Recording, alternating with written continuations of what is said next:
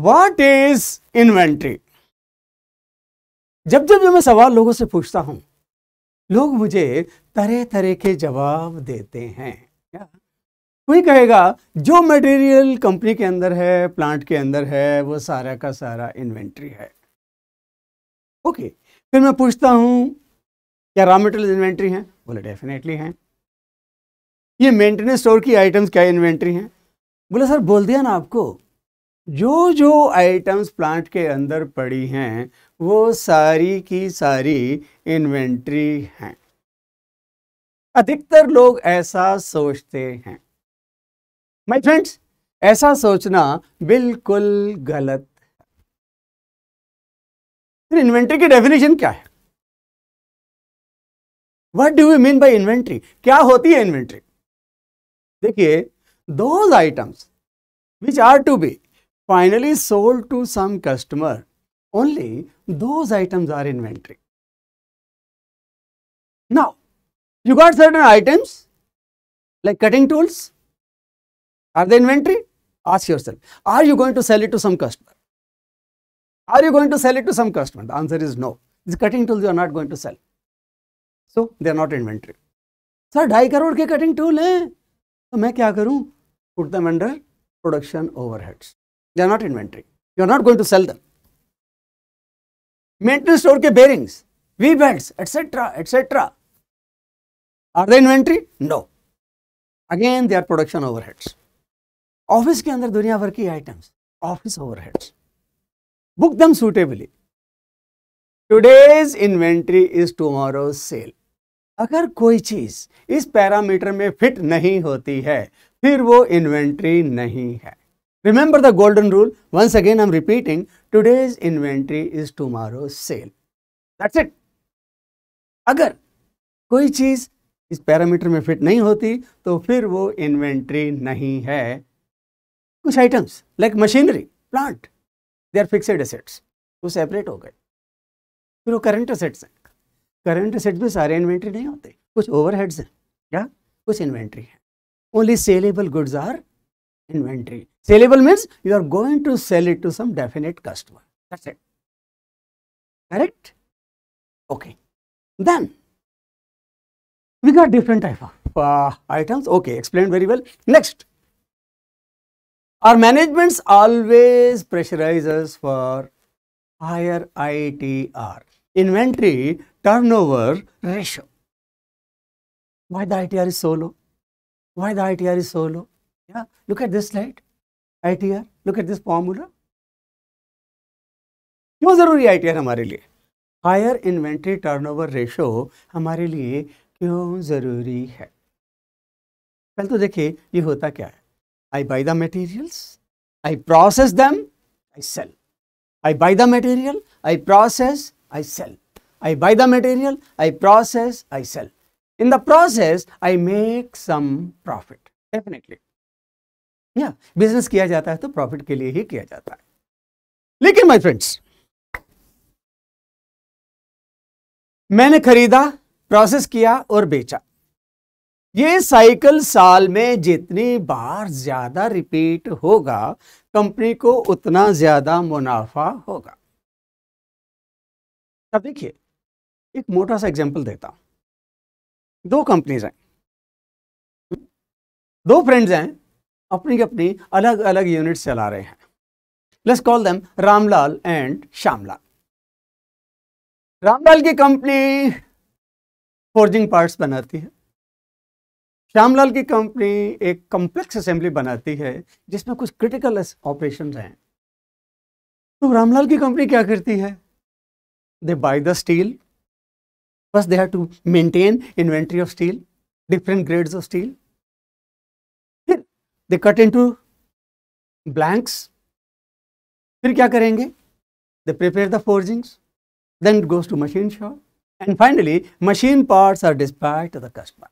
काफी लंबा साइकिल है। हर जगह WIP वर्क इन प्रोसेस रहता है। तो रामलाल जी की कंपनी में हर वक्त 30-35 करोड़ का सामान मौजूद रहता। साल की सेल 100 करोड़ रुपए, प्रॉफिट 10% मोटा मोटा कमा लेता है, प्रॉफिट है क्या उसको, 10 करोड़ कमाता है। उसका फ्रेंड श्यामलाल असेंबल पार्ट्स, एक दिन पहले मटेरियल आते हैं, he puts them assembly, एक क्रिटिकल ऑपरेशन करना होता है जो आसपास और कोई नहीं करता, सिर्फ उसी को करना आता है, असेंबली बनाता है, शाम तक डिस्पैच। एक दिन माल लिया, अगले दिन प्रोसेस, शाम तक डिस्पैच। उसका WIP वर्क इन प्रोसेस कभी 1.5-2 करोड़ रुपए से एक्सीड नहीं करता। उसकी सेल भी 100 करोड़ है, उसको भी 10% प्रॉफिट, साल में 10 करोड़ मुनाफा वो भी ले जाता। Let's come back to Ramlal. Ramlal की सेल 100 करोड़, लेकिन जो स्टॉक्स में इन्वेंट्री में पैसा फंसा है 30-35 करोड़ रुपया हर वक्त फंसा है, तो उसका ITR हुआ 100 divided by 35, almost 3। His friend Shyamlal, sale उसकी भी 100 करोड़ है, लेकिन उसका इन्वेंट्री में पैसा फंसा होता है मुश्किल से 2 करोड़। उसका ITR 100 divide by 2, 50 CR, 50 times 50, ये साइकिल उसका 50 बार घूमा। इसलिए वो साल के 10 करोड़ कमाने के बावजूद भी हमेशा उसके पास लिक्विड कैश अवेलेबल होता है, हमेशा। क्यों? उसके फंड्स फंसे नहीं होंगे। He always has liquid cash with him। जबकि उसका फ्रेंड रामलाल, उसका हाथ हमेशा तंग होता है। जब पूछो, अरे यार प्रॉब्लम है, मैंने मुकंद कहा यार जब तक पैसे नहीं दूंगा ना वो ऑर्डर बुक नहीं करेगा। मैं सो स्टील प्रोड्यूसर को जब तक पैसे नहीं दूंगा ना यार वो ऑर्डर कंफर्म नहीं करेगा। हमेशा पैसे की तंगी है। क्यों? उसका ITR लो है। क्यों? उसकी प्रोसेस ही ऐसी है।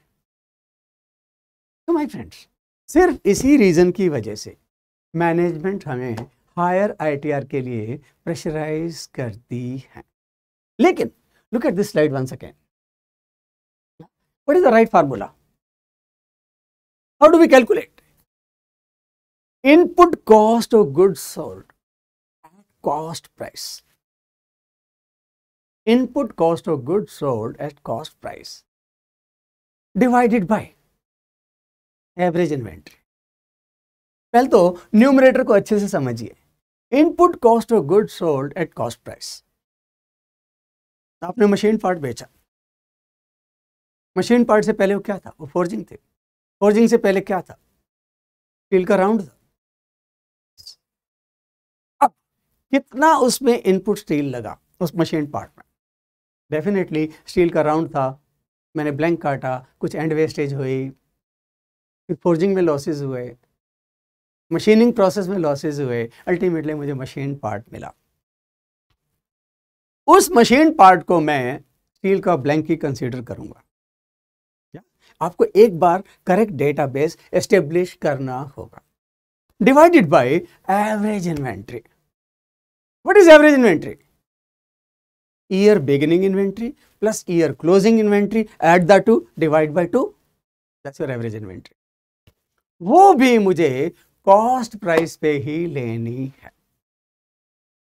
उन सभी चीजों को भी मैं स्टील का ब्लैंक ही कंसीडर करूंगा। उसमें RM, WIP, FG, finish goods और कोई BOP पार्ट्स है वो सारे ऐड होंगे।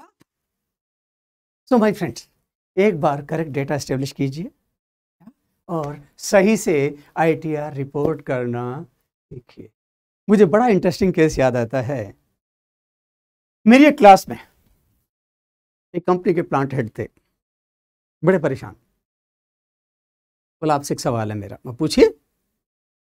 बोले एक प्रेस है मेरे यहाँ, क्या 2500 टन प्रेस। तो उसका ना प्रोडक्शन वाले मुझे प्रेशराइज करते हैं एक क्लच और ब्रेक का सेट मैं एडिशनल मंगा के रखूं। मैंने कहा तो मंगाइए। बोला नहीं, अगर मैंने मंगा लिया तो 10 लाख रुपए का है, मेरी इन्वेंट्री बढ़ जाएगी, मेरा ITR डाउन हो जाएगा। इनका बिल्कुल नहीं होगा। ये जो आप ब्रेक और क्लच का सेट मंगाएंगे ये प्रोडक्शन ओवरहेड है, इसकी आप बुकिंग अलग से करेंगे इस एक्सपेंस की। आपका ITR डाउन नहीं होगा। गलती हम लोग क्या कर रहे हैं, हम सारी चीज़ों को उठाकर इन्वेंट्री में डाल देते हैं। मत कीजिए।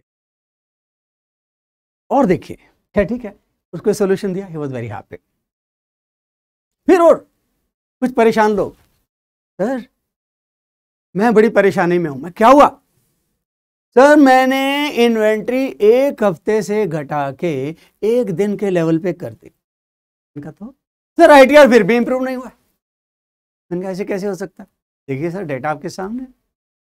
अब क्या हुआ, इस भाई के पास 70% मटेरियल इंपोर्टेड है, 30% प्रोक्योरमेंट डोमेस्टिक है। इसने सारा उठा के कंबाइन कर रखा है। आप मैनेजमेंट को अपना हार्डवर्क प्रोजेक्ट करना चाहते हैं तो एक काम कीजिए, डोमेस्टिक पार्ट्स की इन्वेंट्री अलग से रिपोर्ट कीजिए, इंपोर्टेड पार्ट की इन्वेंट्री अलग से रिपोर्ट कीजिए।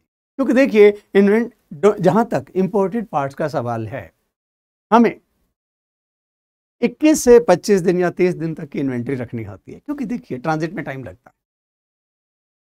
हम अपनी वहां हम कुछ नहीं कर सकते, हमारे हाथ बंधे हैं। तो यहां मेरा आईटीआर कभी भी 12 से ज्यादा होगा ही नहीं, लेकिन मैं अपनी एफिशिएंसी दिखा सकता हूं केवल डोमेस्टिक पार्ट्स की प्रोक्योरमेंट। तो report them, bifurcate the data.